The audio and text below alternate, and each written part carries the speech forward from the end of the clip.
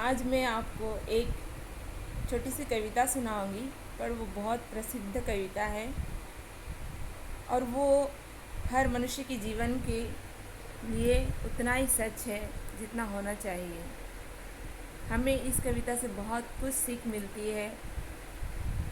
ये पहली बार मैंने अपनी फ्रेंड इंदिरा से सुना था। उसके मुंह से तो इतना मधुर लगता है ये कविता, मैं आपको कैसे सुना बताऊँ।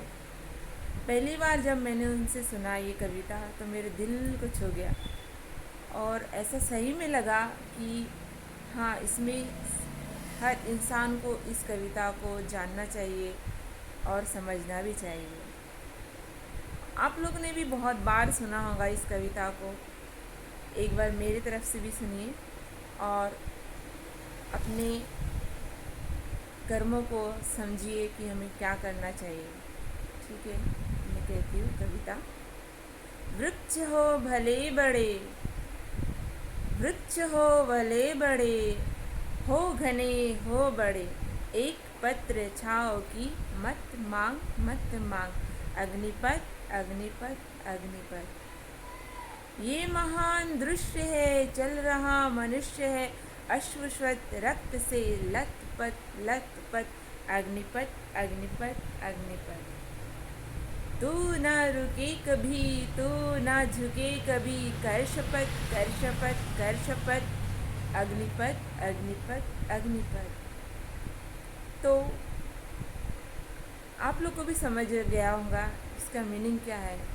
वृक्ष हो भले बड़े, हो घने हो बड़े, एक पत्र छाँव की मत मांग मत मांग। मीन्स हम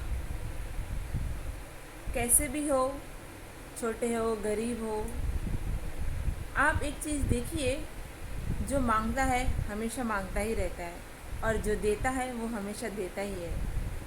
ये प्रकृति का नियम है कि देने वाला हमेशा ही देता है और लेने वाला हमेशा ही लेता है।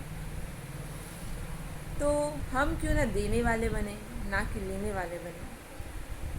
कुछ लोगों की ये आदत हो जाती है कि हमें दे, लोग दे, हम कुछ कहना नहीं चाहते। हम बैठ बैठ के बस अपने कर्मों को कोसते रहते हैं कि हमें ऐसा है हमारे साथ, हमें क्यों नहीं दिया जा रहा है, हमें क्यों नहीं मिल रहा है। हाँ? उनके पास क्यों है तो चलो हम उनसे मांगते हैं। अरे उन्होंने कुछ तो किया होगा जब आज वो इस जगह पे है। हर मनुष्य के स्तर उसके कर्मों से बनता है। अगर हम कुछ कर्म करेंगे ही नहीं तो हम क्या बनेंगे। तो मुझे उस दिन समझ में आया, ये कविता मैंने कभी नहीं सुना था। शायद मेरी फ्रेंड, वो एक टीचर है, हिंदी टीचर है और बहुत अच्छी हिंदी टीचर है। उनके सामने कोई टिक नहीं पाता, इतना अच्छा उनका हिंदी लेक्चर है। तो जिस दिन मैंने उनके मुंह से ये कविता सुना तो एक तो था मेरे मन में, सो मेरा दृढ़ता हो गई कि मैं कभी किसी से मांगूंगी नहीं। तो मुझे मांगना कभी अच्छा नहीं लगता, चाहे मेरे पास जैसा भी हो, मैं खुद बनाऊंगी।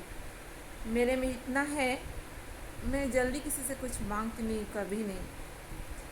क्यों मांगना, क्यों? भगवान ने हमें 2 हाथ नहीं दिए उनको, जो हर मनुष्य को भगवान ने 2 हाथ दिया है। तो जब उनको 2 हाथ से वो काम कर रहे हैं, उनकी बुद्धि एक दी है, आंखें 2 दी है। हर मनुष्य में एक क्वालिटी है, एक ही क्वालिटी है। सिर्फ इतना फ़र्क होता है कि कोई गोरा कोई काला होता है, कोई खूबसूरत कोई बदसूरत होता है, बट मन एक होता है।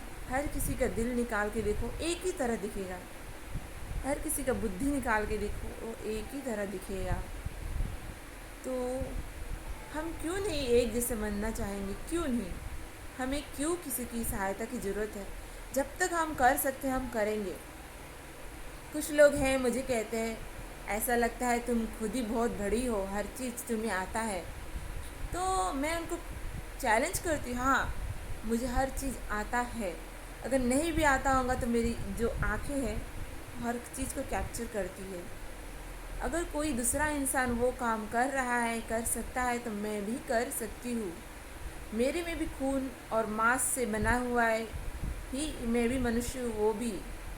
तो क्यों नहीं मैं कर सकती हूँ? जो चीज़ ऐसा नहीं कि हर कोई सिर्फ कर सकता है, नहीं, कुछ कुछ लोग सिर्फ करने का करते हैं बट उसको अच्छे से नहीं करते। आजकल दुनिया में इतनी बेईमानी हो गई है कि हर किसी को अपने कर्म से एटीट्यूड हो गया है कि मुझे ही ये कर्म आता है, अगर मैं नहीं करूँगा तो दूसरा ज़िंदा नहीं रह सकता है, मेरे बिना कोई दूसरा ज़िंदा नहीं रह सकता है, मेरी मदद के बिना कोई दूसरा आगे नहीं बढ़ सकता। इस ये एटीट्यूड हर मनुष्य के अंदर घुस चुका है। तो ये गलत है। हर किसी में कुछ ना कुछ गुण होता है और मुझे लगता है हर इंसान को 100% क्वालिटी होना चाहिए। हर इंसान में 100% क्वालिटी होनी चाहिए। मेरे पिताजी एक कोल माइंस जॉब वर्कर्स थे, तो हम लोग, हाँ, पापा जॉब करते पर हमने कभी एटीट्यूड नहीं दिखाया, ना ही मेरे पापा ने सिखाया है कि पैसे का घमंड करो। तो मेरे पापा की एक ही बात कहना है, जूते सिलाई से लेके हमें चंडी पाठ तक आना चाहिए। जूते सिलाई से लेके हमें चंडी पाठ तक आना चाहिए। कुछ लोग ऐसा कहते हैं हम जाति वेद धर्म, हाँ, वो आगे है, हमें पिछड़ा बना दिया गया है। तो हम क्यों पीछे हैं? कभी हमें अपने आप को सोचना चाहिए कि हम कहीं ना कहीं हमें कुछ तो कमी है, कुछ तो कमी है जहाँ हम पीछे रह जाते हैं। जैसे कि मैं खुद को कहती हूँ, मैंने, जिनको मेरे बारे में नॉलेज होगा कि मैंने 10th का एग्ज़ाम 7 टाइम्स दिया है, 7 अटैम्प्ट्स 10th का एग्ज़ाम दिया है। ऐसा नहीं कि मैं बहुत मूर्ख थी, ऐसा कुछ नहीं है, बट लोगों ने मेरे पे बहुत हंसा। और मेरा एक सब्जेक्ट मैथ्स, जो मेरा फेवरेट सब्जेक्ट है, जिसमें कोई मुझे जल्दी हरा नहीं सकता था, बट मैं हमेशा उसी चीज़ में जाके फेल हो जाती थी। पता नहीं क्यों। मैं जैसे हॉल में घुसती थी, तब मैं बहुत छोटी थी, 14 ईयर्स में मैंने अपना 10th एग्ज़ाम क्रॉस किया। तो मेरे में पता नहीं वो डर या क्या जो मेरा ब्लैंक हो जाती थी। मैं जैसे हॉल में एंट्री करती थी, मैं ब्लैंक हो जाती थी। तो बहुत लोगों ने बहुत हंसा। मेरी मम्मी, मुझे, हम लोगों को मेरी मम्मी इवनिंग के 5 बजे घर में मम्मी खाना बनाती थी, हमें सामने, ठीक मम्मी के सामने बैठा देती थी पढ़ने के लिए। और 5 बजे के बाद में हमारे घर में नॉर्मली किसी का जल्दी कोई आता है, मम्मी मना नहीं करती, पर कोई घर से बाहर नहीं निकलेगा। 5 बज गया, मम्मी सबको फ्रेश करके पढ़ने बैठा देगी। आप लोग को मेरे बारे में कुछ नॉलेज नहीं है कि मैं किस परिवेश से आई हूँ, क्या आई हूँ। हम जहाँ रहते थे कोल माइंस, सो वहाँ पे उतना, उस टाइम पे जब हम छोटे थे वहाँ पे कुछ पढ़ाई का कभी भी कुछ नहीं था, क्योंकि वहाँ पे ज़्यादातर यूपी बिहार, और जहाँ पे जिन लोगों को पढ़ाई का कुछ उतना ये नहीं रहता, क्रेज़ नहीं रहता ऐसे, और उस टाइम पे किसी को भी नहीं रहता था। सो ऐसा हुआ। बट मेरी मम्मी पढ़ने में बहुत टॉपर थी। मेरी मम्मी डिस्ट्रिक्ट टॉपर है, मम्मी पढ़ने में डिस्ट्रिक्ट टॉपर, बट मैं उतनी लेज़ी और पढ़ने में थी। बट कभी ऐसा मत सोचो कि हम कुछ नहीं कर सकते। हर कोई मुझ पे हंसता था, अरे तेरी मम्मी इतना पढ़ाती है, घर से बाहर नहीं निकलने देती, पर तू फेल कैसे हो जाती है। जहाँ मैं जाती थी मुझे बराबर टोक दिया जाता था, अरे तू फेल कैसे हो गई, तेरी मम्मी तो इतना पढ़ाती थी, इतना करती थी, फिर फेल कैसे हो गई। बट कहते हैं ना, अच्छे कर्म कभी रहता नहीं, छुपता नहीं है।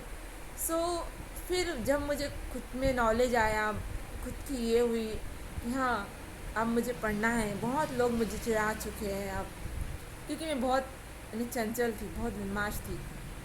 मैं पढ़ाई के नाम से 10 कोसों दूर रहती थी। जितनी मेरी मम्मी को शौक़ था कि जो मेरी मम्मी ना कर पाई हम लोग को सिखाना चाहती थी, तो मैं उतनी बदमाश थी, पढ़ाई से बहुत दूर भागती थी। बट फिर एक टाइम ऐसा आया कि नहीं, मुझे पास होना है 10th। मैं रात के 2-2 बजे तक ट्यूशन में कोई पढ़ाए ना पढ़ाए, मैंने सिर्फ 1 मंथ अच्छे से प्रैक्टिस किया, ओनली 1 मंथ मैथ को रात के 2 बजे तक करती थी। फर्स्ट टाइम मेरे मम्मी पापा ने देखा कि हाँ मैं पढ़ रही हूँ लाइफ में, कि मैं खुद से पढ़ाई कर रही हूँ।